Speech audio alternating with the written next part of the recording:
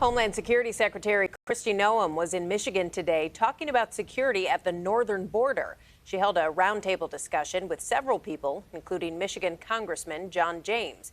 They talked about using tariffs as a negotiating tool to pressure Canada into improving border security.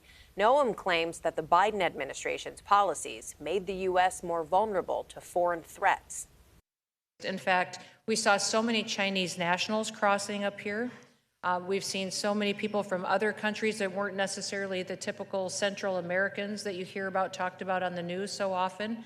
And we saw now, since we have secured the southern border, the TDA, the MS-13, the cartels bringing their drugs and coming across this northern border as well. Noem made a point to say that they're watching the northern border on land and on the Great Lakes. Michigan State Senator Mallory McMorrow, who is running for U.S. Senate, responded to Noem's visit today, criticizing the Trump administration's tactics in its immigration crackdown.